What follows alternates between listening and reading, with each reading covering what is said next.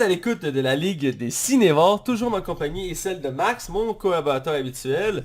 Alors, cette semaine, on est là pour un autre gros film qui vient tout juste de sortir, c'est à chaud. C'est un film qui pourrait être, qui à l'heure actuelle considéré le meilleur film adapté des jeux vidéo en termes de notes. Ce qui était quand même pas un grand défi en soi. Étant donné que le dernier, je pense, c'est Tomb Raider qui était le mieux coté. Donc c'est Pokémon Détective Pikachu, qui est le premier film dans la licence de Pokémon en live action, donc en vrai. On a le droit déjà à, je pense, 25 films en animation, si je me trompe pas. Il y a à peu près le même nombre de saisons en animé.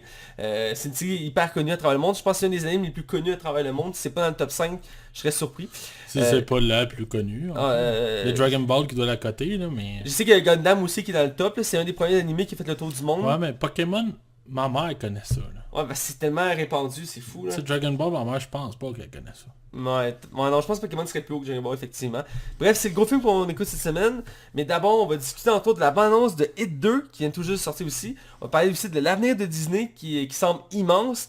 Et aussi un remake en chemin. Mais sans plus attendre, on va aller du côté des chroniques.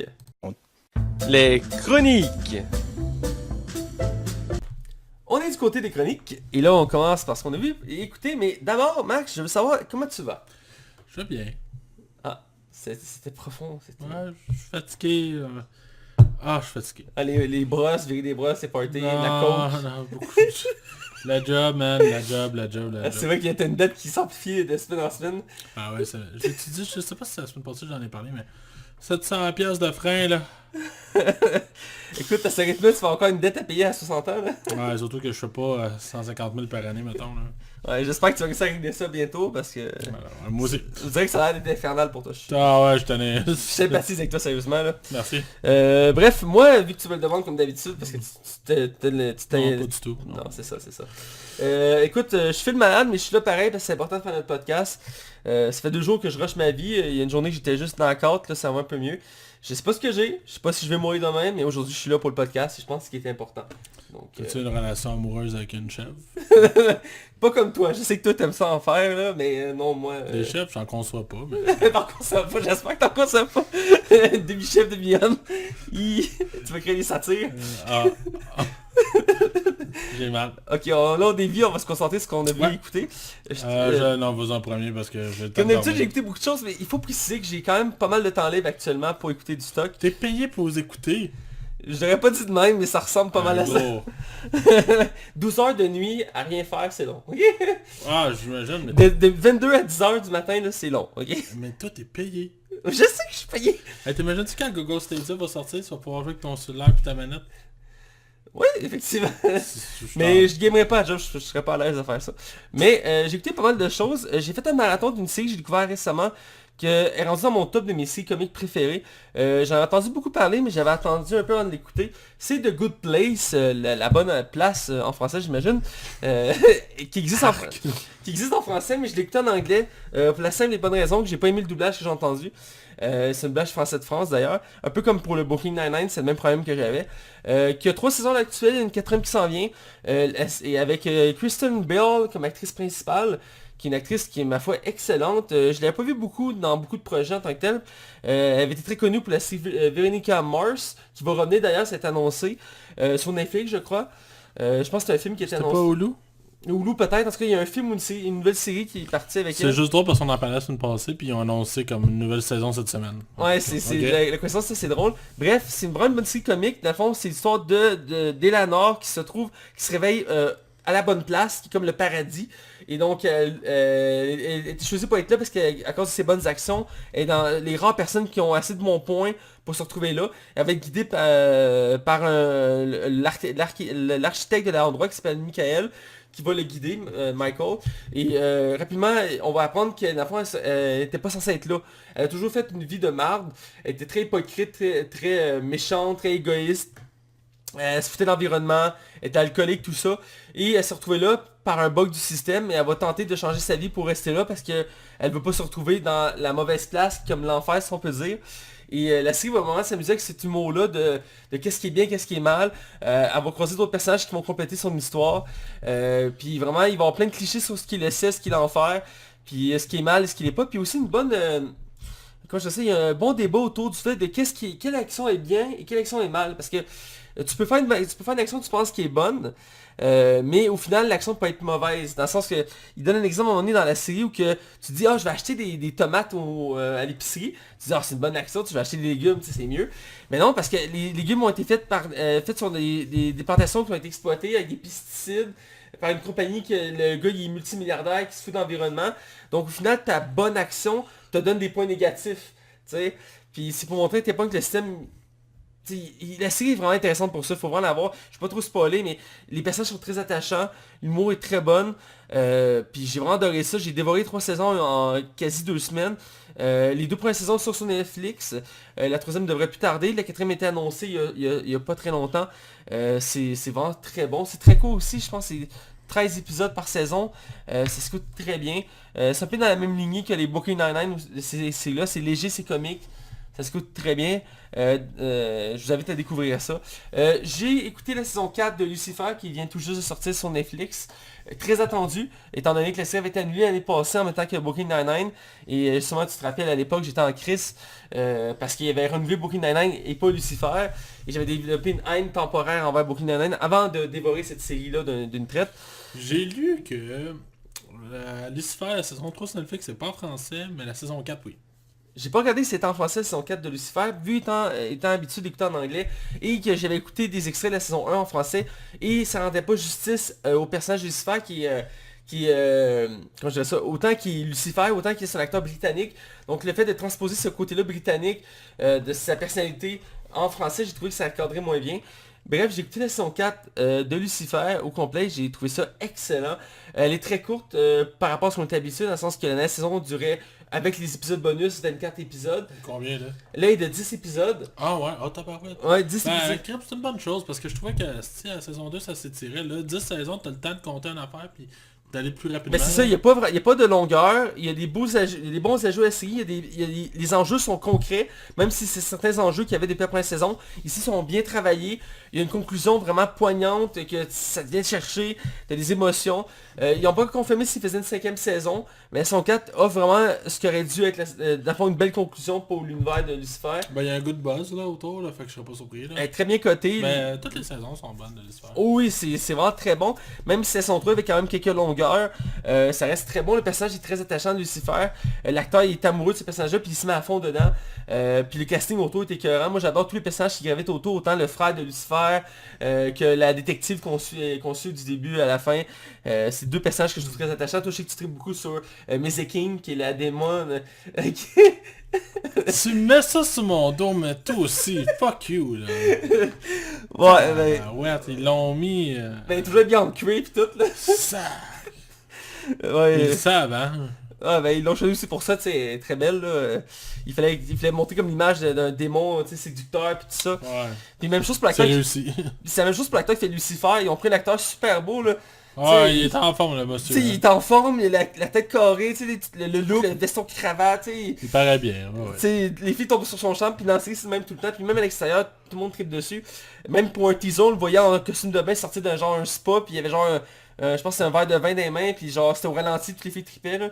Mais la saison 4 est très bonne. Comme je dis, les ajouts Tu l'as fini ou? Moi j'ai fini, il y a juste des épisodes, fait que ça se fait assez bien. Tu t'es sacrifié pour la cause. Effectivement, moi je suis un sataniste peu, comme tu le sais. Ouais. Et vraiment, je suis content d'avoir vu cette saison-là. J'ai beaucoup adoré. J'aurais aimé quelques épisodes de plus, mais ça se fait très bien. Il n'y a pas de longueur, comme j'ai dit. Ça se coûte super bien. Comme je dis, il y a des nouveaux personnages qui s'ajoutent, qui sont vraiment bien, même s'il y en a un que je trouve qui a été survolé, qui aurait pu être plus travaillé. Dans l'ensemble, ça se prend bien. Je dirais que l'évolution, parce que le twist final de la saison 3, que je dirais pas ici parce que tu l'as pas écouté encore, nous laissait vraiment sur nos émotions, dans le sens qu'on voulait tout de suite voir la suite.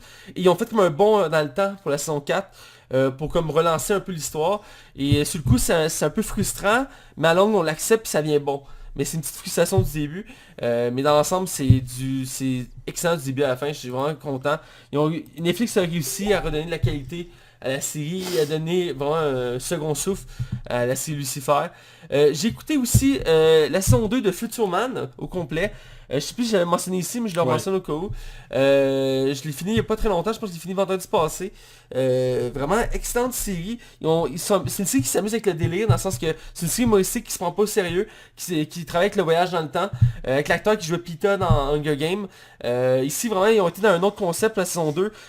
À place de juste voyager dans le temps, là, c'est les répercussions sur le futur, donc ils sont dans le futur, et c'est les répercussions avec les actions qu'ils ont faites dans le passé. Et vraiment c'est intéressant de voir les interactions avec ça. La série est très bonne, puis la twist finale donne encore plus de délire pour la prochaine saison, qui était annoncée qu'elle allait être la dernière saison. Il va juste faire 3 saisons pour pas épuiser le filon de cette série-là, qui est excellente. Et je voulais corriger aussi un élément, j'avais dit que c'était sur Amazon. C'est pas sur Amazon, c'est sur Hulu, autre plateforme de streaming qui appartient maintenant à Disney d'ailleurs, qui offre ce contenu-là original, qui est très... c'est pas un humour et une histoire pour tout le monde. Il y a beaucoup de vulgarité, de quelques scènes de sexualité. C'est un peu violent aussi vers les bords, mais ça s'écoute très bien, c'est très drôle, puis on l'embarque dans le délire parce que c'est juste n'importe quoi, puis les passages principaux sont très attachants. Vraiment, je vous invite à découvrir si vous ne connaissez pas cette série-là assez unique. J'ai écouté 2 films rapidement. J'ai écouté le film Présentateur vedette Anchorman en anglais, qui est une des meilleures comédies à mon sens de Will Ferrell, qui est là-dedans. Il avait une brochette d'acteurs hallucinants, même si dans le deuxième ils ont levé le ton encore plus pour ce film-là. Dans le premier, il y a quand même beaucoup d'acteurs excellents. T'as Vince Vaughn, t'as Jack Black, t'as Luke Wilson, t'as aussi, attends, il y en avait un autre, je voulais dire aussi, Ben Stiller, l'actrice principale aussi qui est très connue, t'as Steve Carell, t'as aussi Paul Rudd, tu sais, t'as un gros casting autour de ça, puis il y en a un, je sais pas le nom, mais c'est lui qui fait le journaliste sportif, là, avec son chapeau de cowboy, puis il parle de côté avec sa bouche, là, puis... Ouais, mais son nom, là. C'est le moins connu de la gang, honnêtement, là, mais vraiment, ce film-là a tous les éléments pour faire une excellente comédie. Tu ris du début à la fin, c'est tellement absurde, il y a tellement des scènes qui ont juste pas de sens. Il y a une bagarre au plein milieu du film, c'est tellement absurde, t'es comme... C'est irréel, mais en même temps, c'est tellement drôle. T'as genre juste des journalistes qui se battent entre eux, puis dans le deuxième, ils ont poussé le délai encore plus loin. Il n'y a pas Harrison Ford dans le 1 en plus. Non, c'est dans le 2 qu'Harrison Ford... Oh non, il y a un petit rôle Harrison Ford dans le 1. Non, il est pas dans le 1, Harrison Ford. Je pense que c'est le narrateur, mais il y a un narrateur, mais on sait pas c'est qui. Mais on le voit pas dans le 1. Mais allez voir, ça m'intrigue. Mais le casting déjà est excellent. La chose que j'avais aimé, c'est de voir Jack Black dans le premier. C'est pas que tu l'as prenais pour le deuxième, même s'il y avait un petit rôle. J'avais bien aimé voir Jack Black. Je trouve qu'il n'y a pas assez de place dans ce genre de film-là. Mais c'est la preuve que c'est le genre de comédie qu'il n'y a pas vraiment de défaut en soi. C'est drôle du début à la fin, le casting est 5 étoiles. Steve Carell, c'est un de mes préférés parce qu'il fait un journaliste de météo. Seth Rogen joue dans le film. Oui, c'est vrai, il y a des caméos. Seth Rogen fait le caméraman, t'as Danny Trejo, qui fait un bar, qui fait, il s'occupe d'un bar. Puis t'as deux autres acteurs aussi qui sont connus qui font des caméos. Mais ouais, t'as Steve Rogen à la fin qui dit genre 2 lignes, qui est caméraman, qui était quand même relativement jeune à l'époque, je pense. Mais vraiment c'est une bonne comédie. Si j'ai jamais écouté les Anchorman 1 et 2, le présentateur vedette 1 et 2, allez découvrir ça, c'est un délire et c'est très drôle, et Will Ferrell est à son meilleur là-dedans. À tel point qu'il a repris son personnage à quelques reprises pour d'autres gags. Il a même pour les promotions des 2 films, il avait présenté des nouvelles en vrai à des chaînes aux États-Unis. Il co-présentait une nouvelle avec d'autres journalistes, puis les journalistes avaient de la misère assez sérieux tellement qu'il était drôle dans sa façon de dire les nouvelles puis de faire des gags, parce que Will Ferrell, c'est Will Ferrell. C'est sûr qu'il en ce moment il fait pas autant de bons films qu'avant. Il roule un peu sur son acquis. Mais à l'époque, Will Ferrell, c'est dans le top des comiques Moi, quand j'étais jeune, là, à chaque fois que je voyais un film de Will Ferrell, je capotais de voir ça, c'était tellement drôle. Maintenant, c'est sûr, comme j'ai dit, espérons qu'il remonte la pente dans les comédies à meilleure qualité. Parce que son dernier, Holmes et Watson, qu'on a jasé ici, on l'a pas encore critiqué d'ailleurs, mais on en a jasé un peu. Après John Wick 3, on pourrait, là. Probablement, mais bref. Et je finis avec The Silence. Qui est une film assez récent sur Netflix, qui met en vedette 2 actrices qui, je trouve ça ironique, sont les 2 actrices principales de la série Les Nouvelles Aventures de Sabrina. Donc l'actrice qui fait Sabrina, elle joue parce qu'elle a aussi une famille, elle joue la fille de la famille, et sa mère, c'est celle qui fait sa tante dans les Nouvelles Aventures de Sabrina, qui est Miranda Otto. C'est ça que j'ai retenu, une des seules que j'ai retenu parce que c'est une des actrices principales de Seigneur des Anneaux. Et on a aussi, c'est Stanley Boussy, qui jouait entre autres dans Captain America et le dernier Transformer. Il faisait Merlin dans le dernier Transformer. Ok. Ah oui, c'est la fin, faut pas...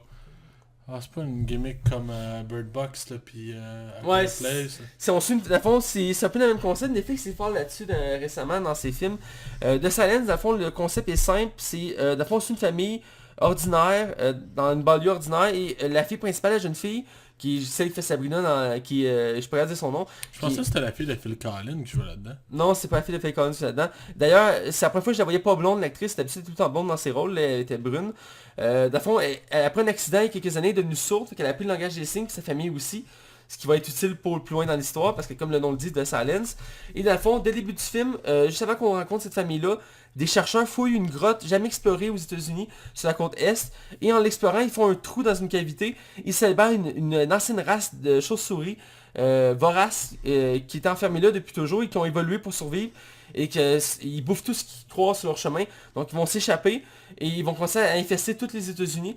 Et rapidement, ils vont perdre le contrôle et les gens vont devoir fuir les villes. Et on va suivre donc cette famille-là qui va essayer de fuir les villes. Et on va apprendre rapidement dans le film que dans le fond, il faut qu'ils restent silencieux. D'où le nom de Silence, parce que les chauves-souris sont aveugles et ils se servent du son pour se guider. Et donc c'est un film horreur, trailer un peu. Et vraiment, le film est bon. J'ai vraiment aimé ça. La fin, c'est un peu comme pour Bird Box. On a une fin qui est comme ok, mais qui manque un peu de saveur. Mais dans l'ensemble, l'histoire est vraiment bonne. On s'attache à la famille, le casting est vraiment bon. Il y a des bonnes scènes de tension. Je sais pas si c'est volontaire ou quoi que ce soit, mais j'ai trouvé que le décor ressemblait au décor dans Walking Dead. Surtout en saison 2. Je sais pas si on pris les mêmes décors. Mais moi et mes amis, on a remarqué que ça ressemblait beaucoup. Même à certains moments, on se demandait si c'était pas une prequel à Walking Dead. Dans la façon que c'est structuré. Mais dans l'ensemble, c'est un bon petit film. Je sais pas si c'est la tendance de Netflix actuellement, mais ils font beaucoup de films comme ça, un casting restreint, une histoire simple, peu de décors. Un concept, puis ouais. Mais ça coûte pas cher. Non, ça coûte pas cher. J'en ai vu 2 autres avant. Je suis sûr que Bird Box, ce qui a coûté le plus cher, c'est Sandra Bullock. Probablement, parce que le reste, c'est rien. Ou l'autre film que j'avais parlé il y a pas longtemps, c'était Oua. Wow. C'était avec l'acteur qui fait le faucon dans Captain America. Ouais, le film de science-fiction. Ouais, c'est Io, il me semble. Puis la fois, grosso modo, t'as 4 acteurs dans le film. Puis le film se passe entièrement genre dans une ferme. C'est simple, mais c'est quand même bien. Mais bref, The Silence, c'est à découvrir. Je laisse Max se relancer. Oui, excuse-moi, je suis fatigué là. Je cogne des clous ce soir, je suis désolé. On est deux. J'ai écouté un seul film, puis le reste c'était des séries que j'ai continué un petit peu, mais vraiment que ça, on y va vraiment de film. J'avais jamais vu A Night at the Roxbury de Will Ferrell. C'est une comédie basée sur un sketch de Saturday Night Live où on a eu la fameuse chanson What is love? Baby don't hurt me. Là faut que tu bouges la tête de côté. Hurt me. Pour vrai, je tiens à faire un disclaimer. J'ai commencé en français le film.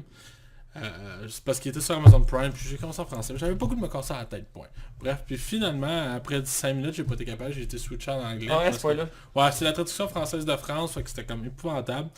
Et c'est ça, j'ai écouté le film en anglais, je veux dire, puis écoute, ça a pas vieilli, là, genre les gags, il y a des... Je l'ai publié sur le groupe de la passion du film, que j'ai écouté ce film-là, puis le monde se rappelle de références, puis de gags du film. Pour vrai, c'est vraiment drôle. Puis il y a comme un clin d'œil au fait que Jim Carrey faisait partie du sketch original. Puis là-dedans, ils font juste le name dropper, là, comme si ces deux-là le connaissaient pas. J'ai trouvé ça vraiment drôle. Pour vrai, c'est une bonne comédie des années 90. C'est pour ça que ces derniers temps, je cherche des comédies des années 90. On dirait qu'il y en a que j'ai manqué. Puis j'ai comme... Qui est avec Will Ferrell, d'ailleurs. Ouais, c'est ça, je l'ai dit au début. Ah, je sais pas si tu l'avais dit. Ok, ouais. Mais la seule affaire, c'est qu'on dirait qu'il y a moins de moins de comédies. J'ai l'impression qu'on manque de comédies ces dernières années, là, me semble. Ben, je pense en fait les comédies sont rendues plus... ils visent plus les publics cibles, dans le sens qu'on a beaucoup de comédies, là, c'est... Ce que je veux dire, c'est nullement un jugement, mais j'ai remarqué dernièrement qu'il y a beaucoup de comédies qui sont assises sur des publics, entre autres, mettons, le public noir, le public féminin, le public... tu comprends? Fait avant les comédies étaient beaucoup plus larges, maintenant on essaie de faire des variétés dans les comédies, on a l'impression qu'il y a moins de choix. Mais en fait non, c'est qu'il y a autant de choix, c'est juste que c'est plus divisé.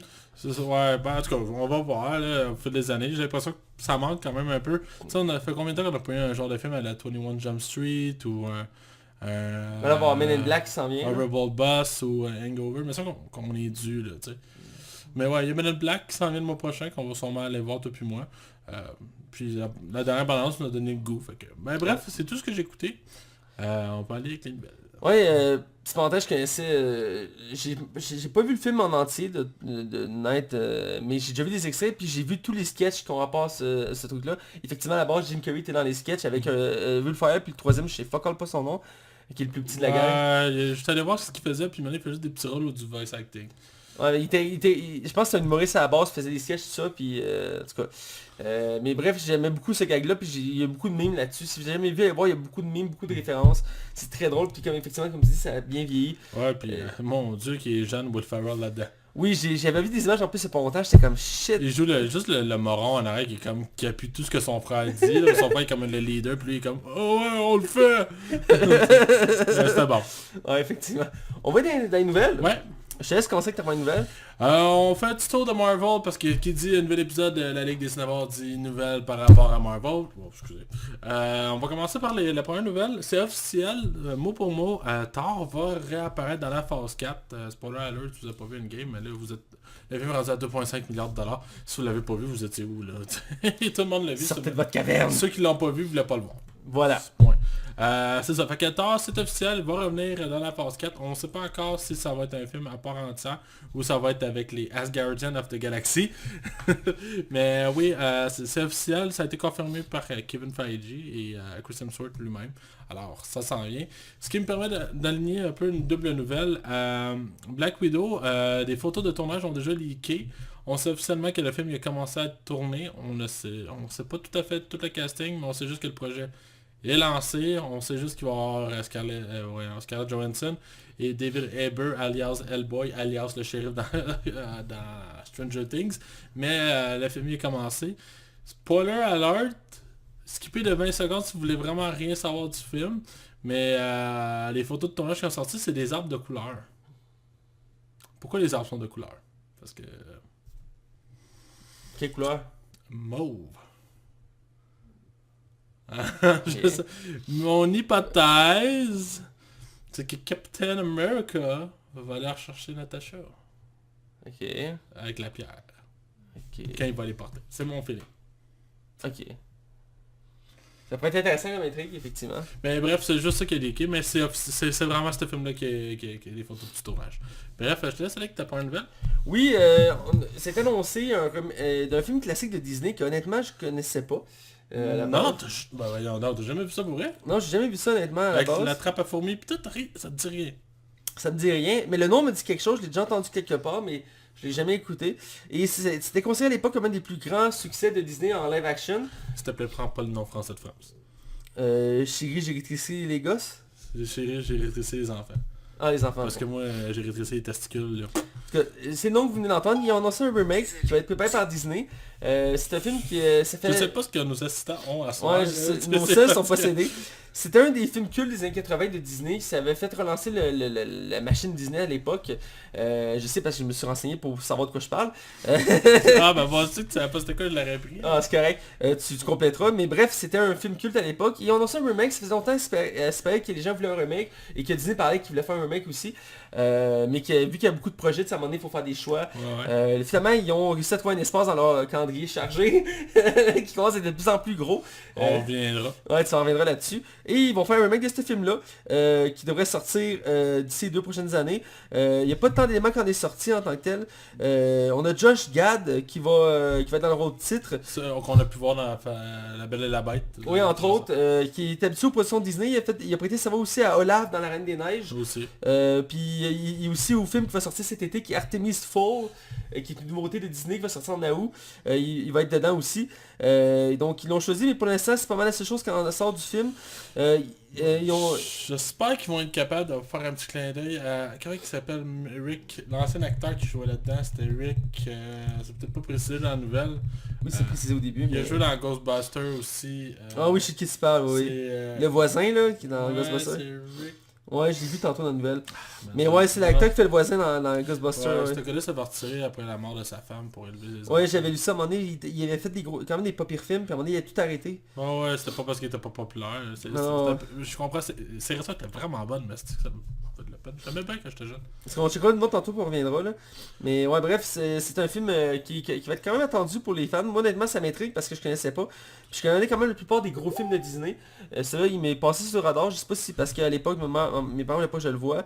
Mais bref, je vais sûrement l'écouter prochainement quand ils vont sortir le deuxième. Pourtant, je pense qu'il y a même eu une trilogie avec ça. Parce que je sache qu'il y a un film, peut-être les autres sont pas canons, je sais pas. Ouais, c'est peut-être ça se peut que les deux autres étaient genre direct en DVD là. Ouais. Mais c'est vraiment un classique du classique de classique. Non, c'est ça. Puis bref, ça fait 30 ans à peu près aujourd'hui que le film est sorti. Donc, Ouais, je me rappelle l'avoir vu parce qu'il y a une trappe à fourmis à un moment donné, il faut qu'il passe dans les trappes à fourmis. Ça m'a marqué, là, c'est comme Ok. ça. Je me rappelle que ça se passe comme dans... pas au grenier, puis c'est là qu'il fait son laser, puis là les enfants vont comme devant. En tout cas, bref, j'avais vraiment aimé ça quand j'étais petit. Je suis sûr que je l'aurais écouté aujourd'hui, je ferais comme... c'est le genre de film qui est sûrement mal vieilli. C'est sûr. Je vais laisser aller. Ouais, on a eu une bande-annonce de Hit Chapter 2. Un film que j'attends avec énormément d'impatience parce que On est j'ai deux. beaucoup aimé le premier. Le 2, c'est sûr, on vous garantit comment vous allez avoir la Avec un critique cette casting année. incroyable. Ouais, donc James McAvoy et Jessica Chastain qui sont deux gros Et pointures Ben d'Hollywood. Hartley aussi, j'aime bien. Oui, c'est pas Bill Harder? Bill Hartley, ouais. Ben non, Harder? Harder? C'est pas Bill Harder? Ça Parce que se ça se peut. Oui, c'est Bill Harder. Ouais. Bref, on a eu droit à une vraie première bande-annonce. Donc, pour vrai, la première bande-annonce, il y a comme 1 minute et demie que c'est plus comme un extrait du film. Ouais. On a une entrevue de... Ben, pas une entrevue, de Jessica Chastain, je me rappelle plus le nom du personnage, je suis désolé, qui discute avec une grand-mère et qui vit, je pense, dans sa maison actuelle de quand elle était jeune. Et c'est comme vraiment une discussion un peu malsaine. Puis la Jessica Chastain regarde le cadre, puis elle reconnaît le visage qui est dessus. Il ressemble vraiment à quelqu'un de familier. Puis dans le fond, on voit comme une grand-mère nue qui court en arrière. Tu sais, ça donne comme le ton du film. Puis elle mentionne que sa famille descend des clowns, là, qu'ils sont venus en Amérique Ouais. pour être entraînés dans un cirque. Ouais. Et Elle est comme... selon le roman, je pense, si je me trompe pas, c'est 27 ans plus tard. Fait que c'est tous des adultes. Vous remarquerez qu'il manque un personnage. Je vous laisserai deviner en regardant le film. Bref, j'ai vraiment, à date, j'aime vraiment la direction qu'on va avoir. J'aime vraiment le casting. Je trouve vraiment que la bande-annonce est prometteuse. Jessica Chastain a dit que c'était une des scènes où il y a le plus de sang qu'elle a jamais vu de toute sa carrière. En même temps, pas fait tant de films d'horreur. Mais en tout cas, bref, la promotion est là, la machine a commencé à rouler, puis j'ai vraiment hâte. J'ai hâte aussi, c'est un film que j'ai adoré le premier, j'ai hâte de le voir. C'est un film qui m'a beaucoup marqué. Et je suis intrigué parce qu'ils n'ont pas beaucoup d'éléments en tant que tel dans cette bande-annonce. Non, ça devrait C'est un choix audacieux dans le sens de prendre une scène comme ça, mais en même temps ça montre l'intrigue. J'ai hâte d'en voir plus. On voit à peu près tout le casting brièvement dans la bande-annonce. Et je suis content, ça promet vraiment amplement. J'ai hâte de voir pour ce que ça va donner, j'ai hâte de voir ce film-là. Ouais, parce que c'est un film qui va se passer en 2 parts, hein. Soit dit en passant, il n'y aura pas de 3e, Non, c'est c'est juste ça. 2 romans. Non, c'est ça, puis le film, même si le premier était beaucoup aimé, il avait été quand même dilué de l'œuvre originale, parce que l'œuvre originale est très très sombre. Ah, il y avait une scène d'orgie avec la petite là. Ouais, c'est ça, puis ça, ils l'ont pas reproduit. Crise de chance. Chris. Ouais, de toute façon, ça aurait été de mauvais goût là. Non, c'est ça, puis il y a 2-3 autres scènes très gore aussi qu'ils n'ont pas mis, puis c'est ça, le deuxième film arrête d'être encore très sombre, donc ça saigne bien aussi pour ça, parce que c'est un univers qui est assez particulier, donc j'ai hâte de voir un peu plus d'éléments là-dessus. Et je vais une prochaine nouvelle qui est une nouvelle assez surprenante, mais que ça faisait longtemps que j'entendais parler à travers les divers rumeurs et tout ça. C'est au sujet de la franchise de La Matrice, qui était une franchise culte à l'époque, surtout le premier film, qui avait été réalisé par les frères Wachowski. Wachowski. C'est rendu des sœurs. Rendu des sœurs, c'est ça je l'ai ajouté. Et récemment, une nouvelle qui est sortie disant qu'il travaillerait sur un 4e film de la franchise, de La Matrice. Pour l'instant, on ne sait pas si c'est une suite, un boot, un remake. On ne sait pas si le casting revient. On sait juste qu'ils travaillent sur le projet. Qu'ils sont en train de créer l'histoire autour de ça, tout ça. On ne sait pas s'ils vont le produire. On sait même pas s'ils vont le réaliser. Là. C'est ça, pour l'instant, ils travaillent juste sur le scénario. Ça fait quand même longtemps que le dernier est sorti quand même. Ça doit faire quasiment plus que 10 ans. Le premier sortait il y a 20 ans, donc Ouais. ça fait à peu près 17 ans peut-être, 16 ans que le dernier est sorti. Non, il y a eu comme un écart de 5-6 ans entre le 1 et le 2. Ouais, mais le 2 et le 3 sont sortis la même année. Non, 1 an d'écart. Le 2 et le 3 sont sortis la même année. Oui, parce qu'ils ont tourné en même temps, c'est une première qui faisait ça. Ok, je vais aller vérifier. Ça Ça faisait même pas un an ça qu'il va me gosser si je vais pas voir. Mais tout ça pour dire que le 4 est annoncé, il y a peu d'éléments, entre autres il y a le cascadeur de l'acteur Keanu Reeves qui a parlé du projet. Il a dit que le projet a l'air d'être ambitieux, entre autres. Mais lui-même ne sait pas si ça va être une suite ou un reboot ou un remake. Parce que le troisième qu'il disait, selon ses mots lui aussi, quand même c'est une conclusion qui était quand même une bonne conclusion à la franchise de la Matrice. Et il y avait quelques ajouts avec les films d'animation, parce que pour ceux qui ne savent pas, il existe des films d'animation dans l'univers de la Matrice. Bon, ben Mayol, t'avais raison. Mais je sais que j'ai raison, bordel de merde. C'est une première, à l'époque ils ont fait ça, c'est une première. Les deux ont été tournés en même temps. Ouais. Comme Avatar quand ça va sortir dans genre 2-3. Avengers aussi, c'est ça? C'est juste qu'il y a eu une release d'un an, mais les deux ont été tournés back à back. Ouais. Mais Et il y a eu 4 ans entre le 1 et le 3. Le 2. ouais. Bon ben bref, ça fait peut-être 15 ans là, en ce moment qu'il n'y a pas eu de Matrice. Même si quelques films d'animation qui sont sortis en complémentaire, qui sont très intéressants, je vous invite à Le découvrir. Matrix, c'était très bon. Ouais, c'est vraiment très bon, je les ai tous aimés. Mais bref, moi je trouve ça intéressant, c'est un univers qui a beaucoup de possibilités. Autant de continuer que de retourner en arrière, que de faire une histoire annexe, comme un spin-off. Un peu à la manière des Men in Black, Ouais. qui ont décidé à la place de faire une autre suite avec Will Smith, de juste comme partir dans un spin-off. Moi je pense que ça pourrait être une idée intéressante de partir dans un spin-off dans le même univers mais avec des nouveaux personnages, parce que c'est intéressant de suivre Neo, je suis pas contre, mais ce serait bien de voir d'autres personnages principaux à suivre, que juste à ajouter mettons Keanu Reeves en caméo à un moment donné dans le film, mais que je sais pas moi, Chris Pratt devient l'acteur principal du film. Spoiler alert, il mourrait pas. Enfin. Oui. Ouais, c'est ça, fait qu'il pourrait pas. Ah, on est au cinéma, ils peuvent faire ce qu'ils veulent. Ouais, mais s'ils décident de faire un remake ou un reboot ou whatever, ils peuvent le reprendre ou tu sais, je sais pas. Ouais, c'est sûr. C'est comme pour Shrek, ils reprennent le même casting, ils font un reboot, fait que... Ouais, c'est juste ça, c'est juste bizarre. Ouais, ça pour dire que c'est sorti, donc on va suivre ça de près dans les prochaines semaines, moi. C'est un projet qui m'intrigue fortement, donc je te laisse avec ta prochaine nouvelle. Ouais, je vais quand même avec une grosse nouvelle. Est-ce que tu veux que je te laisse avec ta dernière Ouais, nouvelle? je vais finir mes deux... Moi j'ai des petites nouvelles, fait que... Ouais, vas-y. On a le droit à un teaser de la prochaine série, la prochaine série, la prochaine grosse série de HBO, qui est Watchmen, qui est très attendu. Qui est basé sur le comic du même nom, qui a déjà droit à un film que j'adore énormément, que j'ai écouté il n'y a pas très longtemps. On a droit à un teaser assez bref quand même je trouve, qui donne beaucoup d'éléments, qui est très intriguant pour ma part, j'ai aimé ce que j'ai vu. En même temps je suis déstabilisé parce que j'ai la misère à savoir exactement où on se situe.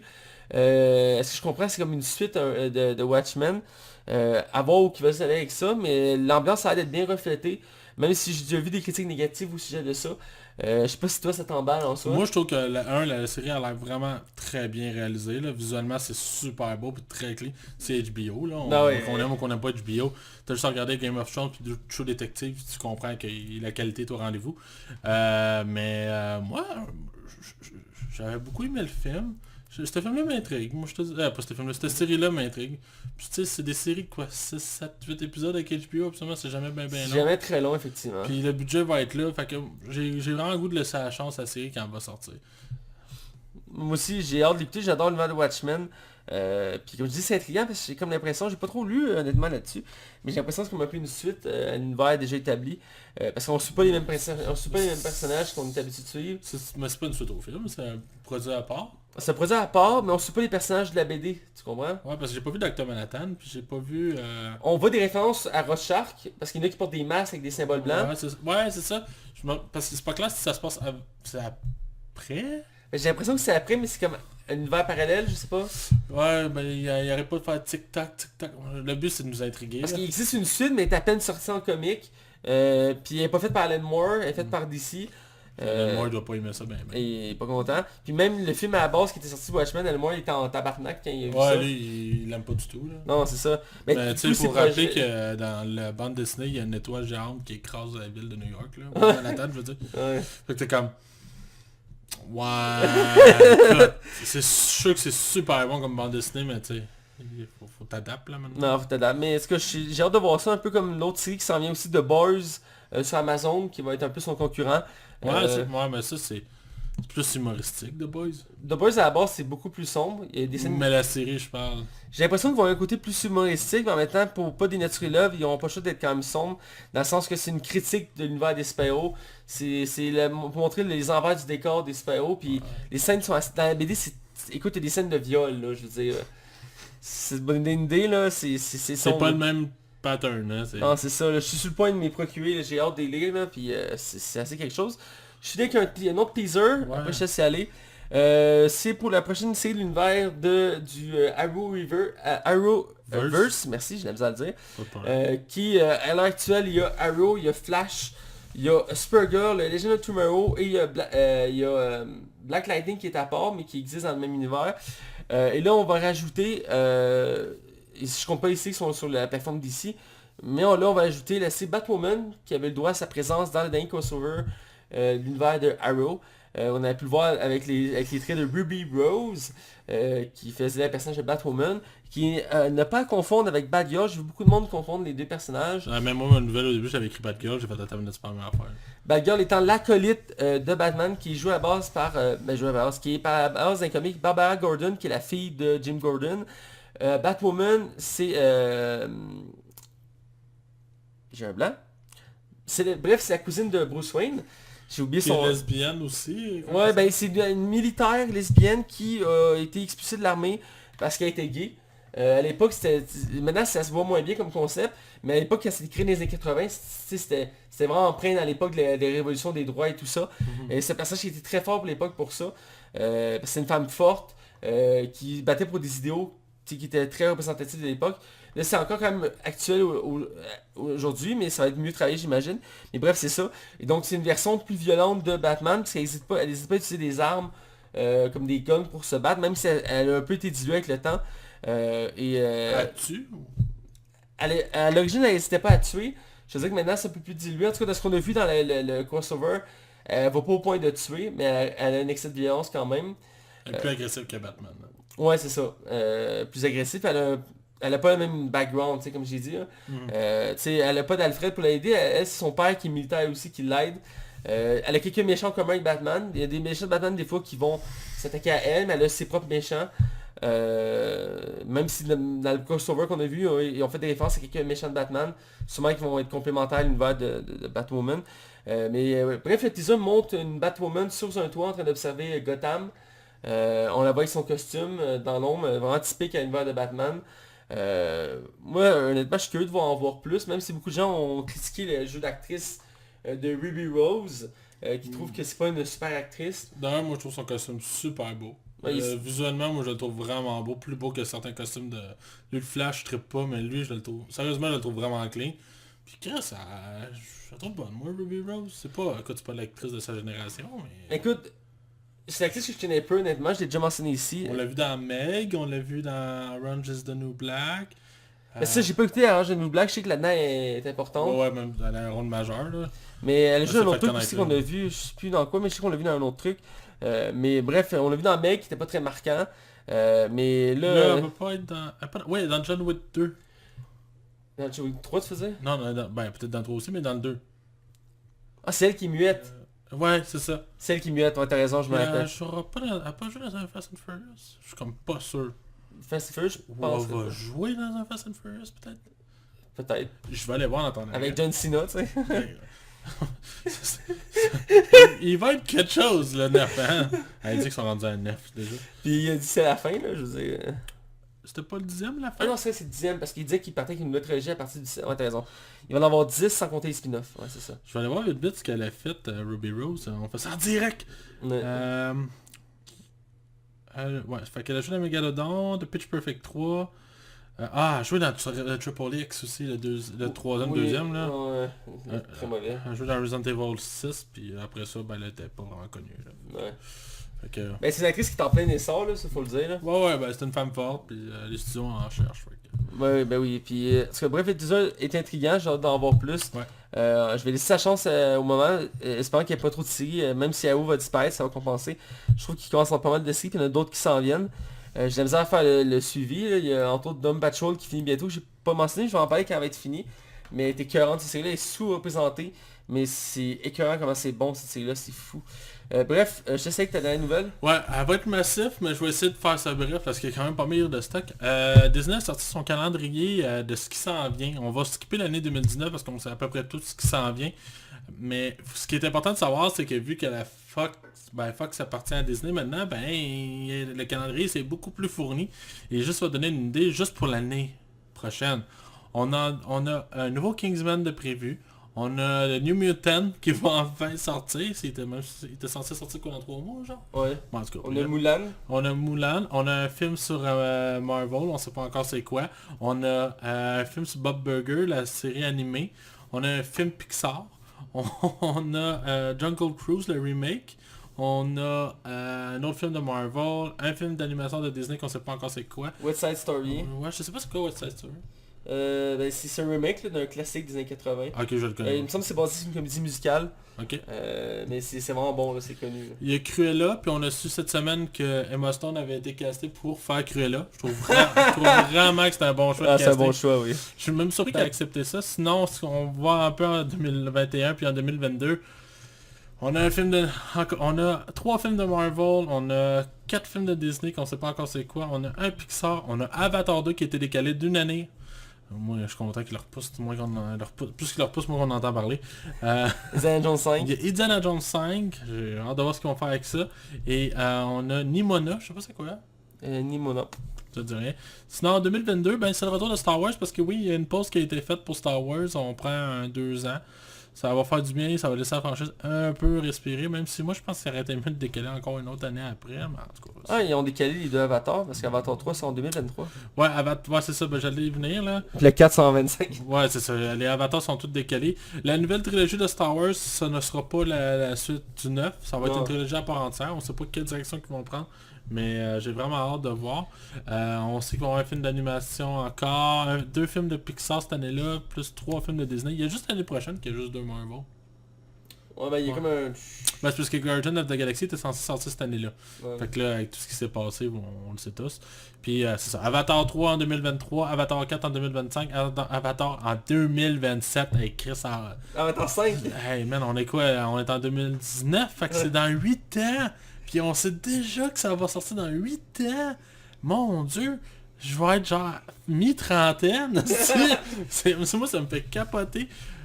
Puis c'est ça, 2 autres films de Star Wars. Man, ils vont avoir des projets. Ils sont pas compétents en plus ces années-là parce que c'est... Non, c'est ça, c'est vide. Puis on sait pas là, puis on sait même pas le calendrier de Marvel pour l'instant. Fait que écoute, il y a du stock, puis tu sais, on dit ça, mais dans les 2 ans qu'il n'y aura pas de Star Wars, il y a de Mandalorian. Parce que la série de Star Wars... la plateforme Disney va sortir beaucoup de contenu aussi, là. Ouais, c'est ça, fait que ça va nous faire compenser, fait que... Bref, il va y avoir du stock, mon homme. Fait que c'est pas mal tout. Ben, c'est pas mal tout, c'est déjà beaucoup. Mais je pense qu'il y a quelque chose comme 25 films ou 30 films qui est annoncé, fait que... Ouais, Disney, c'est une machine qui roule, hein. Ouais, là c'est un rouleau compresseur, là. Elle détruit tout ce qu'il y a là. Il y en a qui ne croyaient pas à la passion du cinéma, mais je veux dire, ils possèdent la tiers du marché, là. C'est beaucoup.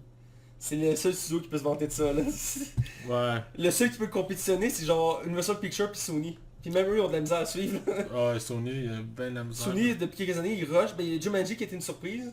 Puis Spider-Man. Mais depuis quelques années, ils rushent Sony. Ouais, parce qu'à la fin de l'année, Jumanji 2 va sortir. Ou Jumanji 3, là. Ouais. Puis ils ont annoncé déjà des nouveaux Spider-Man qu'ils vont faire. Ouais, puis là, avant de finir, là, il y a une grosse rumeur que Sony va annoncer lui aussi son calendrier pour Spider-Man pour savoir ce qu'il, tu sais, il y a Venom qui va s'en aller, il y a To the Spider-Verse 2 qui va venir, il y a Morbius qui s'en vient, puis il y a un Spider-Girl-Verse aussi qui va arriver, que ça j'ai hâte vraiment. Mais il y a une grosse rumeur que la raison pourquoi que Marvel a annoncé un multivers dans le prochain Spider-Man, parce que techniquement Spider-Man 2 il devrait être le dernier film à appartenir à Marvel Studios avant qu'ils reviennent avec les droits. La rumeur qui court en ce moment, c'est que dans le fond, Spider-Man aurait droit à une rencontre avec Miles Morales pour créer leur univers en live action avec Miles Morales et qui ferait partie du MCU, mais juste comme en titre de participation ou association. C'est des rumeurs là. Mais il l'avait teasé dans le premier Spider-Man là, je sais pas si t'avais remarqué. Ouais, mais moi j'envoie ça, moi, une franchise en parallèle avec Miles Morales en live action.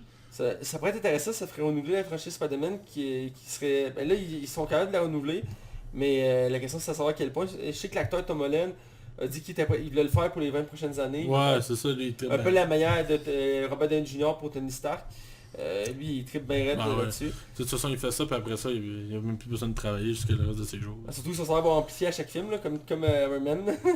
Ouais. À la fin, il dépasse 50 millions par film. La seule différence que Robert Downey Jr. avait comme pression que les autres ont pas, c'est qu'il tenait à lui tout seul la franchise, là, tu sais. Bref, fait que c'est pas mal tout, mais c'est beaucoup, fait que on y va pour les autres box-office, Mathieu? Allons-y sans plus attendre. Yes, sir! Bienvenue dans les chroniques box-office de Max. On est dans la zone box-office, et là, on va parler des prédictions. C'est la partie que Max aime le plus, alors j'y laisse la parole. Ben écoute Mathieu, c'est vrai que c'est la portion que j'aime le plus. C'est la semaine passée, on avait le droit à une seule grosse vraie sortie qui était digne de mention. On a eu le droit à... En fait, je vais te corriger, parce que tu t'es trompé. Il y avait Tolkien qui sortait aussi la semaine passée. Ouais, le film que tout le monde n'a pas été voir, là, je pense qu'il a fait comme 800 millions, genre 800 Vous 000. avez 800 millions! Il a fait 800 000, je pense, à son premier week-end. C'est très mauvais, là. Bref, il y avait le film Pikachu, qui est détective, donc on va critiquer par après. Et dans le fond, on a fait nos prédictions la semaine passée. On va y aller avec celui de Hugo, parce qu'Hugo, il est tiré à liste dans ses prédictions. Il avait prédit 3,25. 3,25 Hugo. Je sais pas, t'étais où. Je suis pas l'expulsé du podcast. Moi, j'avais prédit 66 millions, que je trouvais déjà un peu trop généreux, puis j'hésitais vraiment avec ce chiffre-là. Et toi, Mathieu, excessif comme tu es, tu as dit 90 millions en croyant... Je crois en la franchise Pokémon, j'y crois. Ben, imagine... Je serais le meilleur des dresseurs. Si on jouait à Price is Right, j'aurais gagné avec 54 millions de dollars que le film a fait dans son premier week-end, faisant le film adapté d'un jeu vidéo le plus rentable de son premier week-end de l'histoire de l'humanité. Ce qui est énorme. Il n'a pas battu Avengers. Il s'est ramassé quand même deuxième, mais il y a un score très honorable à l'heure actuelle. Il y a un bon total worldwide, je reviendrai plus tard.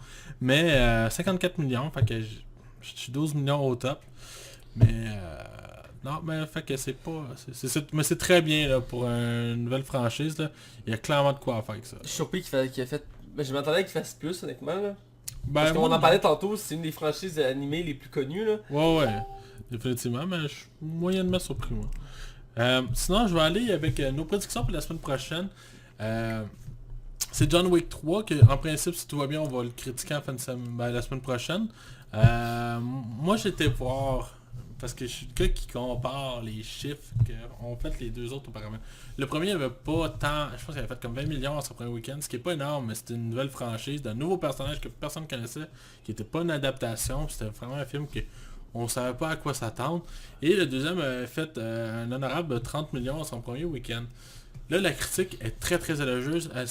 Dans la franchise, c'est celui qui a la meilleure critique avec une moyenne de 96 la dernière fois que j'ai regardé sur Rotten Tomatoes. Fait que je pense que ça va aider avec le film.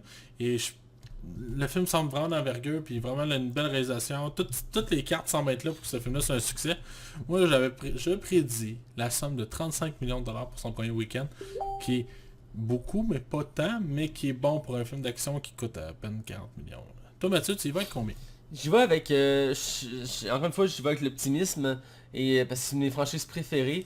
Que j'ai découvert, que je l'ai déjà mentionné plusieurs reprises ici, mais j'ai découvert John Wick par hasard, mes amis m'ont convaincu de l'écouter, et depuis c'est une de mes franchises préférées, et donc je suis convaincu que celui-ci va cartonner comme on dit, et donc j'ai prédit un 50 millions à ce film-là, surtout que la note, le hype qu'il y a autour en ce moment, je suis confiant, j'espère, je suis sûr, il va faire 50 millions. Bon, ben, on verra bien. Bref, là-dessus, on quitte la zone box-office et on va s'inscrire à Price is Right parce qu'on est rendu là à l'étape de notre vie. Et on va aller dans la zone de non-spoiler et on va critiquer le film Pokémon Détective Pikachu. Attention, vous rentrez dans la zone non-spoiler. Attention, vous rentrez dans la zone non-spoiler. Alors on est du côté non-spoiler et là on critique le film Pokémon Détective Pikachu qui vient tout juste de sortir et qui est réalisé par Rob Litterman qui nous avait donné le film Ghost Boone. Alias Charles Poule. Charles Poule, c'est ça que j'allais ajouter. Les voyages de Gulliver, encore une fois avec Jack Black. Je connais pas, mais je connais que des Bird Travel. Ouais. Exactement, deux films avec Jack Black. Et on a aussi Monster vs Alien. Qui est un film mal aimé que j'aime beaucoup, moi.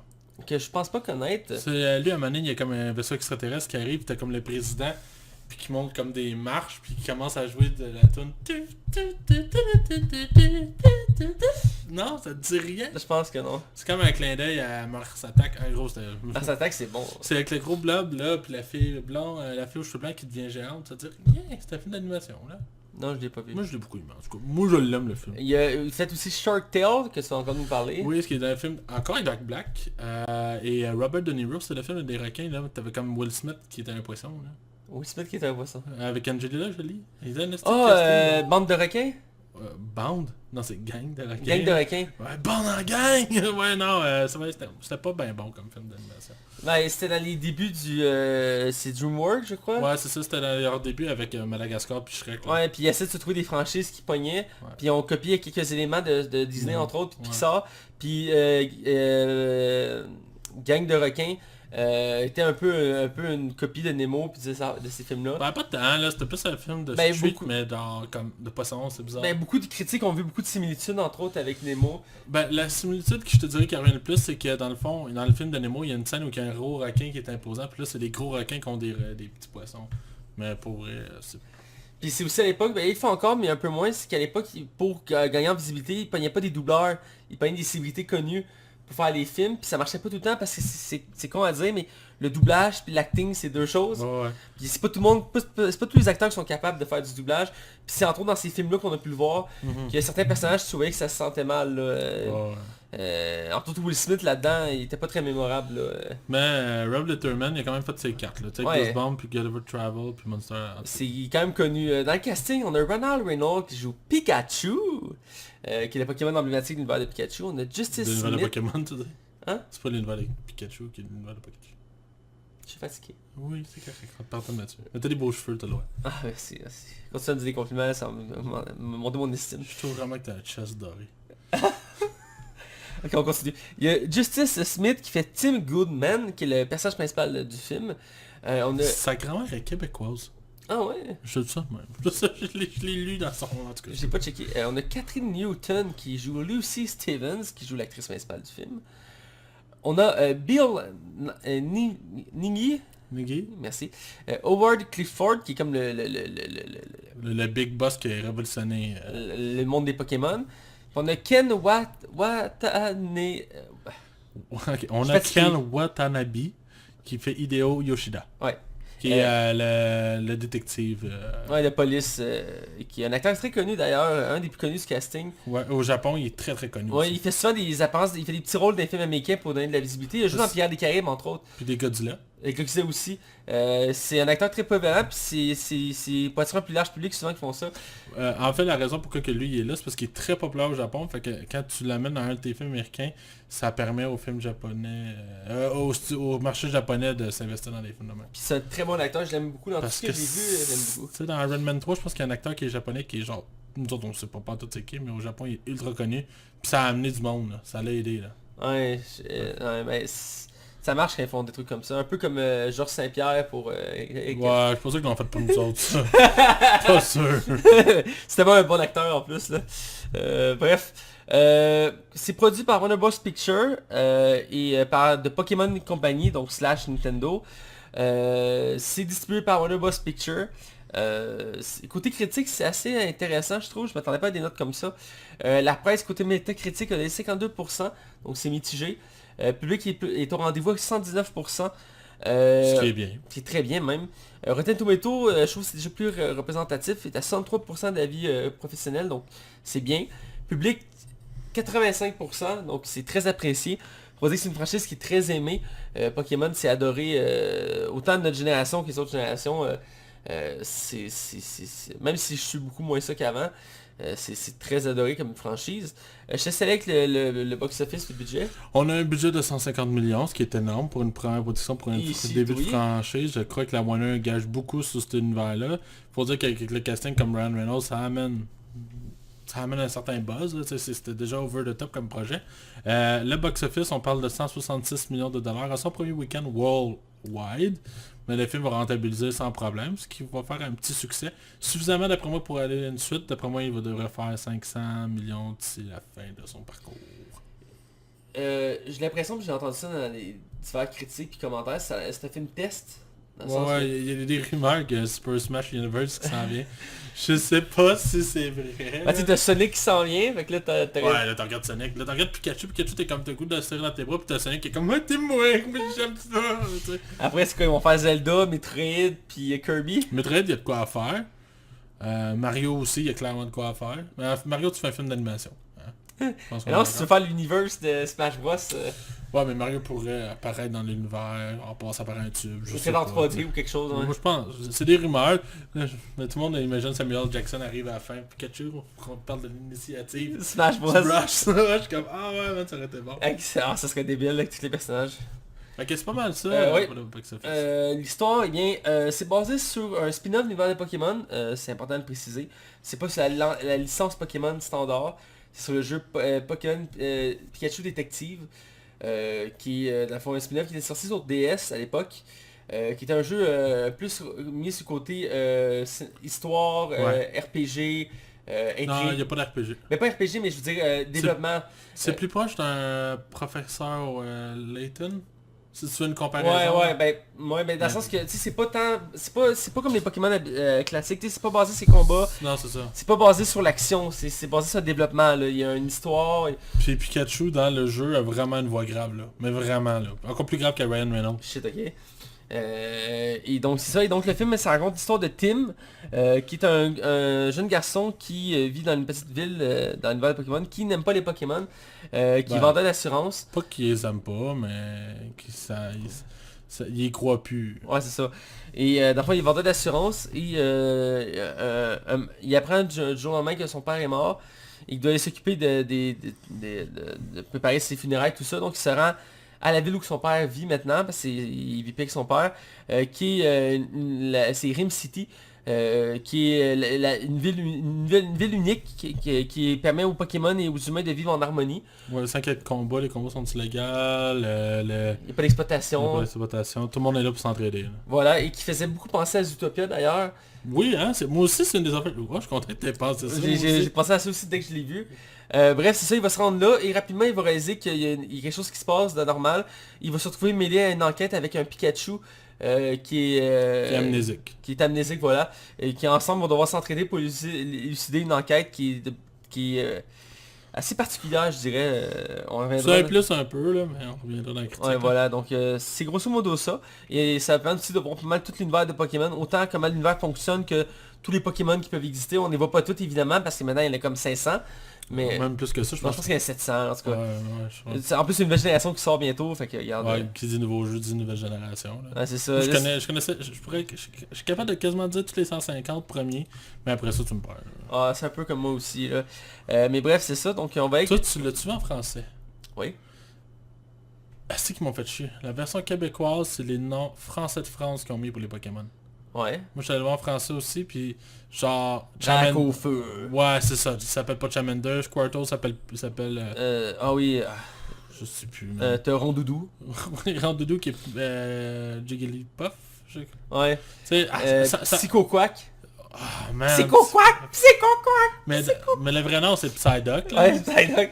Pour vrai, là, si vous je le regrette dans le Métamorphe. français, là. Métamorphe. Ouais, il y a les noms, en tout cas, moi, ça m'a cassé, là, mais en tout cas... Bref, vas-y, continue. Ah, c'est ça, donc bref, on va avec notre critique générale du film. Ouais. Je te laisse y aller de...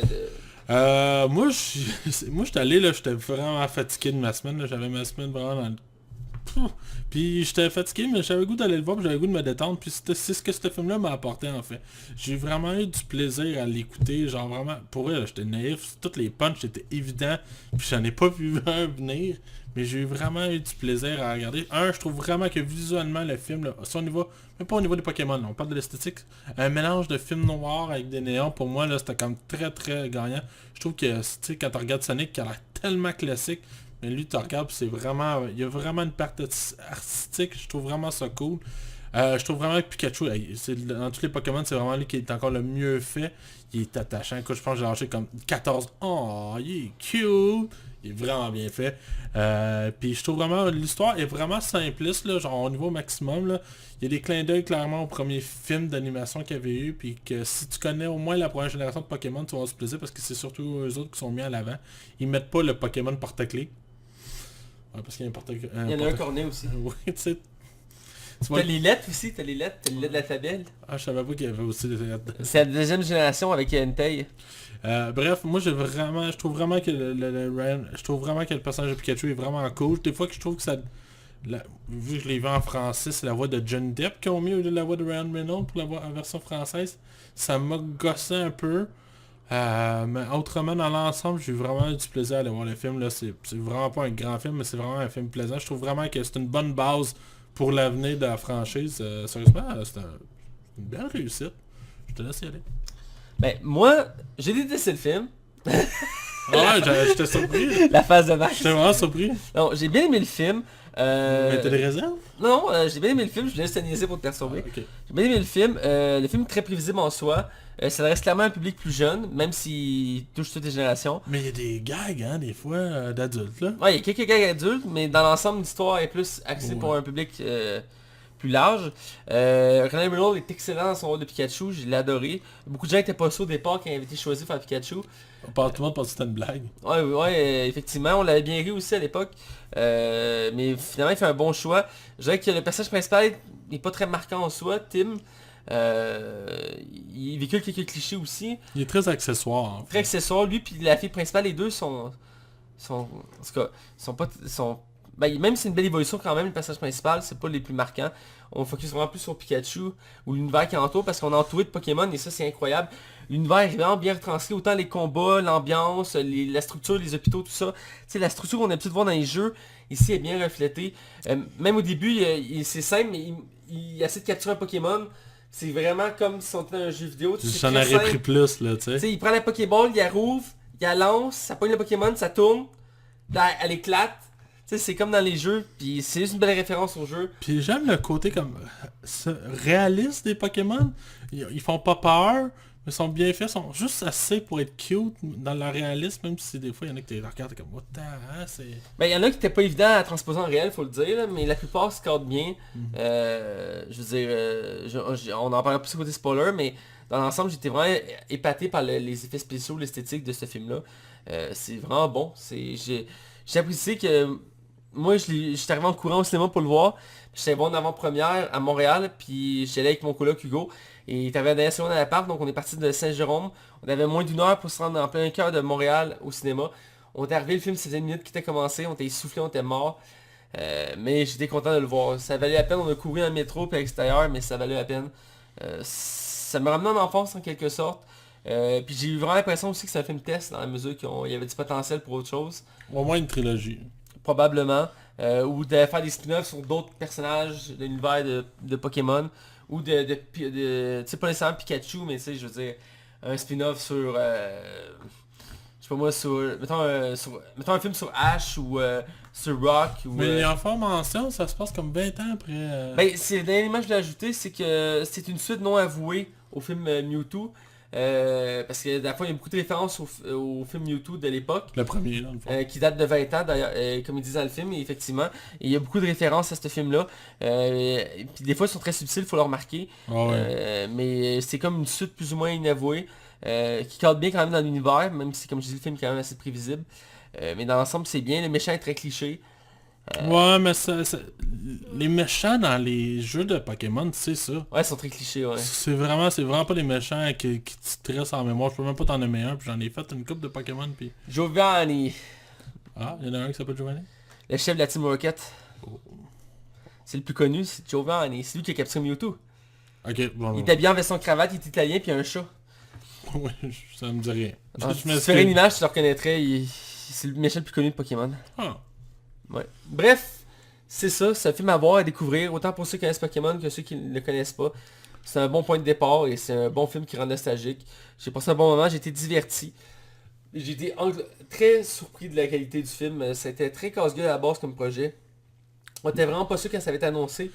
Et finalement, il s'en est bien sorti. C'est comme, tu sais, c'est un projet qui était casse-gueule, mais que, tu sais, il n'y a pas de gros risques. Le plus gros risque, c'était de faire un film sur Pokémon. Puis je trouve vraiment que si tu aimes l'univers Pokémon, tu vas vraiment avoir du fun. Genre, c'est très respectueux. C'est pas ridiculisé. Puis je trouve vraiment que c'est une belle façon d'amener une franchise de même. Pour vrai, là, c'est probablement la meilleure adaptation d'un jeu au cinéma. Je peux même pas t'en nommer un autre qui est aussi de ce haut calibre-là. Il y a une patte artistique, il y a vraiment un bon choix de casting. C'est vraiment bien réalisé. C'est drôle, c'est bien écrit. C'est classique dans l'ensemble. Il n'y a pas de méga risque, mais au moins tu passes vraiment un bon moment. Là. Les 1h30, je l'ai jamais vu passer pour ma part. Là. Effectivement. J'ai vraiment Puis, passé un bon moment. Là. checker là qu'on va critiquer Sonic, là, il va le dire. Ça, c'est le meilleur film que j'ai vu de jeux vidéo. Donne-moi un autre qui est meilleur que celui-là. N'importe quel. Meilleur que celui-là, T'en trouveras pas. Tu vois. Warcraft. Moi, j'ai bien aimé Warcraft. Ah, ok. Très fidèle à l'univers du jeu, mais vraiment très fidèle, ce qui est rarement le cas pour les films adaptés de jeux vidéo. Quoique j'aime beaucoup le premier Silent Hill. C'est dans les meilleurs, effectivement, Silent Hill, ouais. Ouais, j'aime beaucoup malgré son côté linéaire de jeu vidéo dans un film. J'aime beaucoup le film. C'est vrai que le premier, c'est quand même un classique. Ouais. Ouais. Je l'ai oublié, celui-là, mais effectivement, tu me le rappelles. Fait que bref, Bref, on va aller du côté spoiler pour en parler plus en détail. Attention, vous rentrez dans la zone spoiler. Attention, vous rentrez dans la zone spoiler. On est du côté spoiler, et là on va parler en détail du film, ce qu'on a aimé, ce qu'on a moins aimé, ce qui nous a marqué. Et on va commencer dès le début du film avec les Pokémon. On a une intro qui j'ai trouvé quand même assez sombre dans la mesure que le premier Pokémon qui nous présente, c'est... là je connais pas son nom, mais c'est lui qui a une tête de grande... sa tête, puis il y a une évolution là. Je connais pas. Les premières générations de Pokémon. Et ça passe assez vite comme scène, mais la façon qu'il dit ça, j'ai trouvé ça très...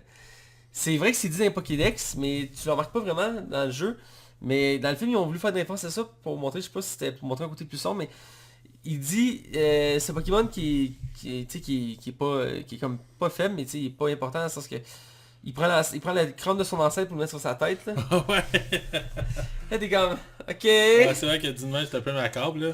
Ouais. Une chance qu'il mange pas de viande non plus dans cet univers-là parce que... Ouais, ben, dans l'anime Pokémon, à certaines reprises, ils mangent des Pokémon. Ah ouais, je sais, mais... Ah, ils mangent pas les poissons justement de... Ils mangent Magikarp à un moment donné. Ouais, c'est Pokémon qui sert à rien même dans les jeux, mais... Ouais, c'est Ouais, pas fou. bref, supposé qu'on a une introduction intéressante parce qu'on n'a pas... D'habitude, dans les jeux Pokémon, on a l'introduction du héros qui veut être donné le plus grand dresseur Pokémon. Ici, on part avec une base différente que j'ai trouvé quand même intéressante. Je sais pas, toi, qu'est-ce que t'en as pensé? Ben le gars il est genre complètement, genre il a essayé, ça a pas marché pour diverses raisons, le drame de sa vie. Puis genre, bon ben moi je fais autre chose, je vais te vendre l'assurance. Fait que au lieu d'être un dresseur de Pokémon. Genre, tout le monde y rappelle, genre, que c'est qu'il est pas dresseur de Pokémon. J'aime vraiment aussi le fait que genre, tout ce qui est comme, tu sais comme nous autres, les oiseaux, les insectes, tout ça a été remplacé vraiment par des Pokémon, tu sais, c'est son propre écosystème, je trouve vraiment ça cool pour vrai. Puis ça sonne vraiment naturel là, tu sais. C'est vraiment bien fait. L'univers est comme réaliste dans cette mesure-là, dans le sens que on n'a pas l'impression que ça pourrait pas exister. On a l'impression que c'est possible. Ouais, c'est ça, on y croit, en fait. Ouais, c'est ça, on y croit. Tu sais quand tu te poses pas de questions, c'est que c'est bien implémenté là. Je continue en avançant avec le début de l'enquête, c'est là que l'histoire prend vraiment son ampleur. Quand le personnage de Tim arrive à Rim City, Ouais. il découvre l'ampleur de... Ben, l'ampleur, il découvre qu'il y a un complot en arrière de son père qui est décédé. Et que ça tourne autour de Mewtwo. Et donc il va enquêter avec un Pikachu qui est le seul à entendre, qui est une particularité assez unique, assez rare dans l'univers de Pokémon.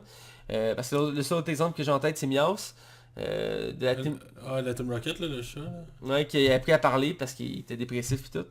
J'aimerais ça juste rajouter quelque chose, Ouais, on l'a passé vite là, mais genre j'aime aussi quand les personnages justement de... Comment il s'appelle son nom. C'est pas ça. Tim arrive dans la ville, j'aime juste voir l'implémentation genre des Pokémon comme un peu partout dans la ville, là, comment ils gèrent ça, tu sais, le gars avec le gros avec les 4 bras va faire la circulation, tu sais, c'est comme des petits détails comme ça, je trouve ça vraiment cool, je voulais juste. Non, je suis d'accord, tout fit bien ensemble, tous les Pokémon sont bien montrés, c'est... puis c'est un détail, mais il n'y en a pas mis beaucoup des dernières générations, souvent pour toucher un public plus large, dans la mesure que les nostalgiques, c'est ceux qui sont restés dans les anciennes générations. Donc, même si j'en ai vu quelques-uns que je connaissais pas honnêtement, dans l'ensemble, je connaissais la plupart des Pokémon que j'ai vus. Oui, beaucoup de la première génération, je pense que c'est ça qui aide, là, parce qu'ils savent qu'ils vont aller chercher un public plus jeune, là. Plus vieux, je veux dire. Ouais, effectivement. Donc, on va avec l'enquête avec Pikachu. Je vais te laisser, qu'est-ce que t'as pensé de Pikachu?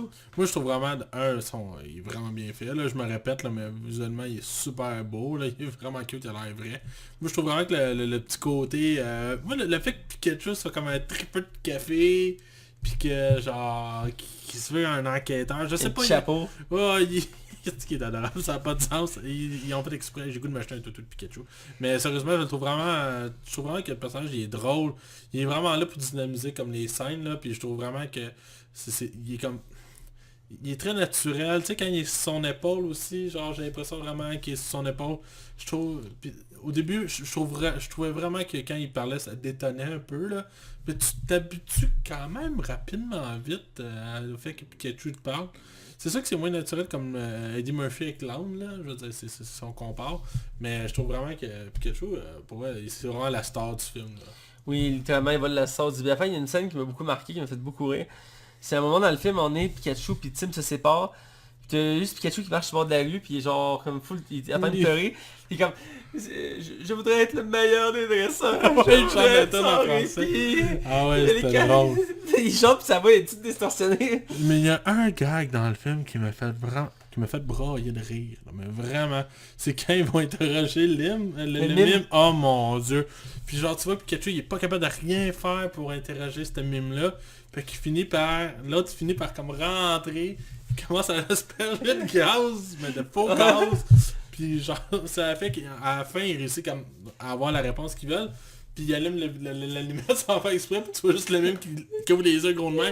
La scène elle coupe là-dessus, c'est parfait. Ah, c'est... J'ai vraiment ri là.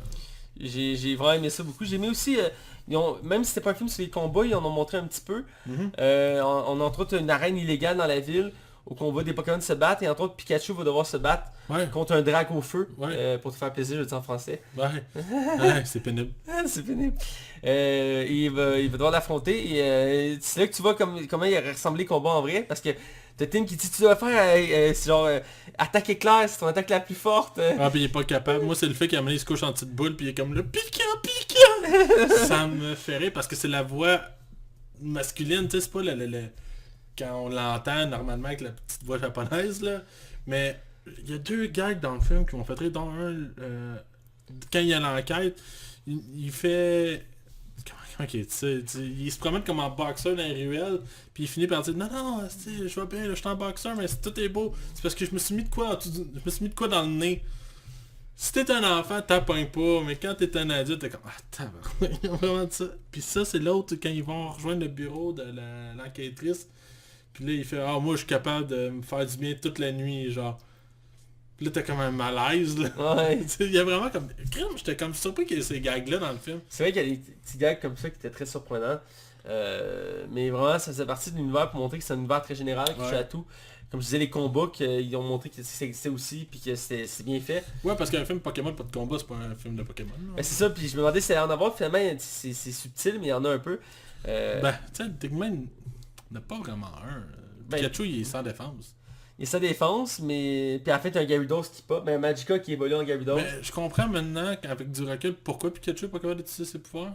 Parce que dans le fond, on peut le spoiler, là, Ouais. dans une spoiler, c'est le père. Je l'avais même pas deviné, je suis mauvais, là. Ben, tout le long du film, il montre des flashbacks, puis on le voit jamais de face, fait qu'à un moment donné, t'es comme, ok. Ouais, je me demandais, j'ai même pas admis qu'il allait mettre Ryan Reynolds. Je sais pas j'étais où, mais ma tête était pas là cette journée-là. Réveille! Je t'avais deviné qu'on verrait Ryan Reynolds à la fin? Ben, je m'attendais pas à être surpris en ça, parce qu'il cachait peut-être son visage, donc je me suis dit, s'il le cache, c'est parce qu'il y a une raison, là. Moi j'étais comme, ah c'est quel acteur qu'ils ont pris? J'étais vraiment naïf. Ouais. C'est une des grandes qualités, Max. C'est une grande naïveté. Ben ça a fait que j'ai eu du plaisir parce que j'ai juste eu des surprises, tu sais. Ouais, Mais je comprends. je répète, j'étais vraiment fatigué. Faut dire qu'à la base, le scénario est quand même très simple à la base. Ouais, même l'enquête, là, pas bien compliqué. Il enquête sur Mewtwo, puis ça fait des références au premier film, où que dans le fond, Mewtwo s'avait échappé, puis qu'ils ont réussi à le recapturer. Il s'avait réchappé, puis ils l'ont recapturé. Ouais, puis j'ai été surpris qu'il tue pas Pikachu pendant le film. Il tue Pikachu? Ouais, quand Oui, il c'est tombe dans vrai. les grosses tortues géants. Mais tu sais, il y a un deux ex machina là, t'as comme le Bulbasaur qui arrive de nulle part puis qui fait comme ah moi guérir moi. Ouais, ben, c'est un peu comme le premier film de Mewtwo, où que dans le fond, Ash il meurt à la fin. Là. Ouais, puis Tous les Pokémon se mettent à pleurer, puis ça le sauve. Là. c'est 4 heures. Moi j'étais allé voir ça au cinéma. Je pense que techniquement j'ai vu tous les Pokémon au cinéma. Genre les 25 films, là. Il y en a eu 3. Au Québec il y en a eu 3. Le 1 puis le 2 puis le 3. Puis celui-là. Il y a eu Pokémon Je t'ai choisi.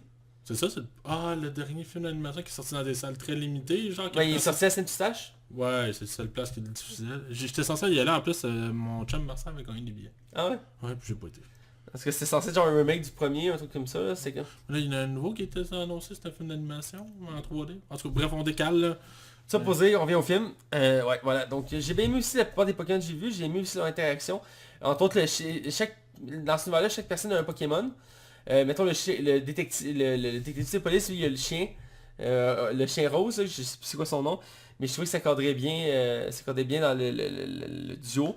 Le Psycho Quack en français, qui est le partenaire de la journaliste. J'ai bien aimé. Il est une vedette dans le film. C'est une vedette, puis il y a des bons gags autour de lui, même si... puis c'était quand même évident, parce que les gags sont là à la base dans Pokémon, parce que c'est un Pokémon instable. Là. Ouais. Même dans la série animée, il y a souvent des gags avec lui, parce qu'il finit par exploser, ou trucs du genre. Ah, moi c'est le fait qu'à un moment donné, ils sont dans le char, puis là ils donnent des coups de palme, genre à Pikachu dit je te masserai pas les pieds. Puis il finit par le faire là. Il dit c'est quoi cette idée là d'être une bombe ambulante à côté de moi. Pikachu était assis sur un siège de bébé, j'ai trouvé ça drôle aussi. Ah ouais, c'est vrai. Ah ouais, il y a des bons gags pour vrai dans le Il y a film. des bons gags, mais bref, l'histoire est assez simple parce qu'il enquête autour de Mewtwo. Et dès le début, il va être interpellé par le grand créateur de la ville, qui va dire que c'est pas de sa faute, que c'est genre son fils qui fout la merde. Puis qu'il a besoin de lui pour sauver Mewtwo. Puis que c'est Mewtwo qui a tué son père. Là. Ouais, c'est ça.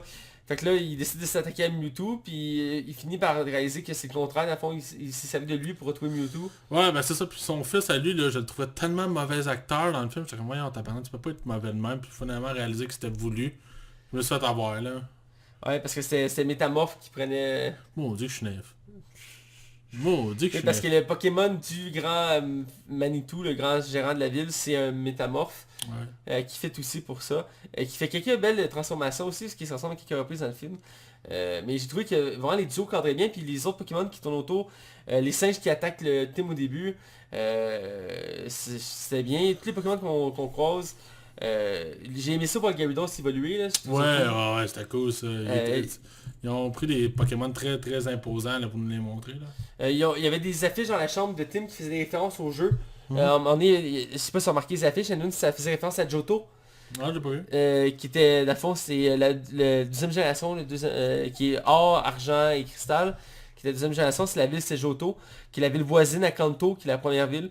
Il y avait une grosse affiche dans sa chambre, c'était Johto quelque chose. Je pense que c'était pas un tournoi. Ils ont fait plein de petites références, je les ai pas tous vus, mais il y a beaucoup de références à tous les jeux. Puis c'est vraiment un souci du détail très apprécié. On va aller vers la fin du film avec le plan du grand méchant. Je vais te laisser le mentionner. Ben là, dans le fond, t'as Tim et Pikachu qui se sont séparés. Pikachu revient rapidement en ville. Ouais, puis à un moment donné, il y a une scène qui descend à l'ascenseur, puis ça lui prend une seconde de descendre en bas. Parce que c'est des petits détails, là. Mais non, c'est ça, dans le fond. Tim va comme comprendre le plan du méchant, puis réaliser que finalement le méchant était vraiment un méchant, puis qu'il va aller dans sa tour, et c'est là que la tour, quand il va arriver en haut, le méchant principal va se mettre un casque à la tête et prendre le contrôle de Mewtwo, puis finalement, où que les maladies que détenait le méchant principal, ben, ils disparaissent parce qu'il contrôle le Pokémon pour faire un. Puis il devient Mewtwo. Fait que Mewtwo, lui, tu sais, le méchant en base, il avait promis que le but c'était que il n'y a plus de maladie, puis que les Pokémon peuvent vivre en harmonie avec les humains. Fait que lui, ce qu'il décide de faire, c'est de mixer tout le monde ensemble, en faisant des Pokémon humains, genre, mais ils ont le physique du Pokémon, mais avec le mental de l'humain. Un peu comme Pikachu, comme de fait. Ce qui va porter en fait à faire...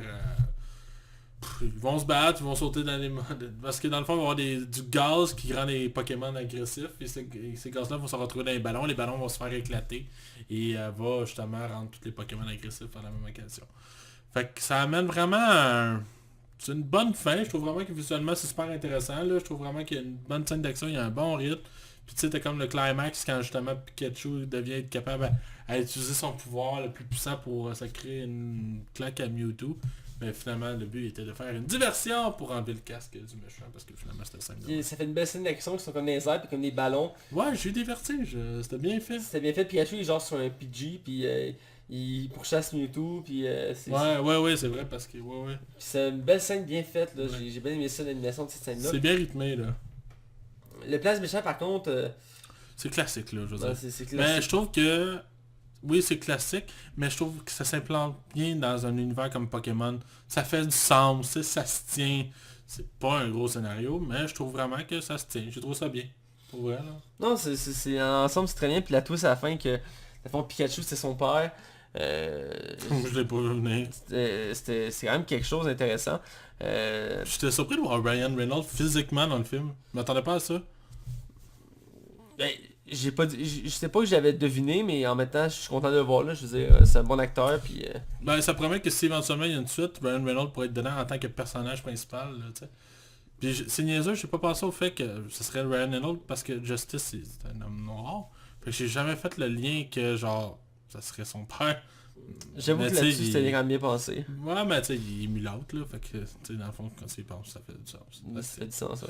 Ouais, Mais dans l'ensemble, ouais, le film est bien. Puis j'ai aimé aussi, c'est comment dire, mais le générique, j'ai attendu un peu le générique avec Hugo. Puis ça a montré les images comme des vieux Game Boy de Pokémon Game Boy. ouais, c'est Avec cool. la vieille tourne. Il y avait-tu de quoi à la fin? J'ai pas été jusqu'à la fin. J'ai fait le Non premier plus. générique, mais j'ai pas été jusqu'à la fin. On était fatigués quand on est J'ai sortis. pas entendu dire qu'il y avait de quoi là. Nous autres, il y avait beaucoup d'enfants dans la salle, là. Genre vraiment beaucoup. Moi la salle était pleine, puis c'était l'avant-première à Montréal. Des adultes, genre. Puis on était arrivé en courant dans une minute, puis il y avait de la place juste en bas dans une des premières rangées. Fait que t'étais de même. Ouais, j'étais de même, c'était pas confortable, mais c'est un choix à faire. Mais non, le film, ça s'imbrique bien dans l'univers de Pokémon. Mhm. Puis en tant que tel, c'est un bel hommage aussi au film Mewtwo, qui était le premier film. Ouais, c'est ça, c'est un clin d'œil pour... C'est un clin d'œil pour des gars comme moi qui ont connaît... Puis toi, ben, je sais pas si c'était ton background en Pokémon, mais moi j'ai écouté la première série, j'ai écouté les premiers films, puis puis les premiers jeux. Fait que c'était joué au premier jeu, au premier film, puis tu sais, c'était vraiment comme pour me faire plaisir aux vieux fans de l'époque, là. Effectivement, puis c'est venu me chercher. C'est un film vraiment très bien à voir. Je pense que c'est dans au moment de la note. Ouais. Je vais te laisser y aller. Ben moi, je pense que j'ai résumé en masse mon appréciation du film. J'ai vraiment passé un bon moment. Pour moi, le film mérite amplement son 3.5 sur 5. Je trouve un peu la critique sévère. Moi, j'ai été diverti, j'ai eu du plaisir. Puis comme je le répète, visuellement, c'était vraiment intéressant comme film. Fait que je te laisse aller avec la tienne. T'as donné combien, excuse-moi? 3.5. Ok, j'étais pas sûr d'avoir entendu ça, c'est bon. J'avais compris 2.5, j'étais comme... Non, Je trouvais ça fait... Comme depuis tantôt, je l'encense, là. Ouais, c'est ça, je trouvais ça bizarre, j'ai du mal à entendre. Je vais dans la même lignée, je donne un 3.5, j'ai dit beaucoup d'éléments. Le film visuellement est incroyable, l'interaction des Pokémon avec les personnages, c'est vraiment bien, c'est bien fait. Le scénario il est acceptable, il est surtout là pour nous faire vivre l'univers de Pokémon. Mhm. On embarque, les soucis du détail est très bon là-dedans. Ouais. On voit que Nintendo a voulu vraiment travailler fort là-dessus. Parce que je pense qu'ils ont vraiment les mains dans le produit, puis il y a des décisions qui sont prises par eux autres. C'est quand même leur plus grande licence avec Mario, là, fait que... Ouais, c'est ça, puis je voulais pas comme le même résultat que Mario avait eu, justement. Non, c'est ça, puis ils sont frileux depuis Mario, fait que... disons que c'est un test, moi je le vois comme un test, ce film-là. Parce que ça pourrait amener un film sur Metroid puis sur Zelda, là, clairement. Ouais, ou Kirby aussi. Ou Splatoon aussi. C'est quand même très récent. mais Donkey oui. Kong, ça serait cool. Ah, j'ai oublié ça, il y a Donkey Kong aussi. Donkey Kong, il y a un film d'animation Donkey Kong, moi je serais dans avec ça. Tant qu'ils font pas comme la série TV qu'ils avaient faite, là. C'était pas bon, moi quand j'étais petit j'aimais ça, mais je me rappelle pas. Mais Vincent Dugagné, il l'a critiqué l'autre fois, puis... Ça doit avoir fucking manié, là. Dans la série Donkey Kong, Donkey Kong il est toujours en crise existentielle, puis genre, à peu près aux 15 minutes, il chante. Ah, ok. Genre, Je me rappelle pas. il sort dans le mandat, puis il chante comme « Je ne sais pas, qu'est-ce que je dois faire? Dois-je faire ça ou dois-je faire ça? » Puis t'es comme, le gars du Vincent Dugagné, comme... Il regarde le jeu vidéo, il regarde l'émission, il regarde le jeu vidéo, il est comme... Tu vas voir, c'est tordant. Il a fait ça aussi pour Sonic, là, les séries animées de Sonic sont désastreuses. Mais Vin qui était bonne, il l'a critiqué justement, puis je la trouvais bonne, moi. C'était ça. Ah ouais? Celle qui joue la musique, là? Ouais, qui joue lecteur, moi je l'aimais quand j'étais petit. Ouais, quand t'étais petit, peut-être. Ouais, il y a des affaires que, écoute, c'est comme, comment ça s'appelle le film avec Robin Williams, Plasmol. Ah, Plasmol. Quand je l'ai réécouté, j'étais hype, là, j'étais comme, ah gros, c'était tellement bon quand j'étais petit. Mon dieu que c'est pas bon. Puis mon dieu que Plasmol, on les voit quasiment pas dessus, ils sont là genre comme 5 minutes sur 1h30. En tout cas, bref. Fait que je te laisse y aller. Ouais, comme d'habitude, vous pouvez suivre le podcast La Ligue des Cinévores sur YouTube en vidéo et sur Twitter, Facebook, Balado Québec, RZO, Canal Cinéma, la radio du 109 CHI, les samedis soirs, Spotify et Google Play en audio. Et vous pouvez nous suivre moi, Mathieu Prévost, sur Facebook et sur ma deuxième plateforme qui est de MadMelec 2.0. Ça fait 2 semaines que j'ai pas fait de vidéo, je devrais m'attraper cette semaine si je meurs pas avant de ma maladie inconnue. Et Max, tu peux le suivre sur Facebook et Twitter à Max Taillon. Et c'est déjà tout. On vous dit à la prochaine. Et probablement que la semaine prochaine, ça va être John Wick 3 qu'on va critiquer. Alors là-dessus, on vous souhaite des bonnes écoutes. Puis là, Mathieu, promis qu'il va être un peu plus en forme pour Mathieu, il est malade! Fait qu'on se dit à la semaine prochaine. What is love? Baby, don't hurt me. Don't hurt me. No more. Non, c'est no more.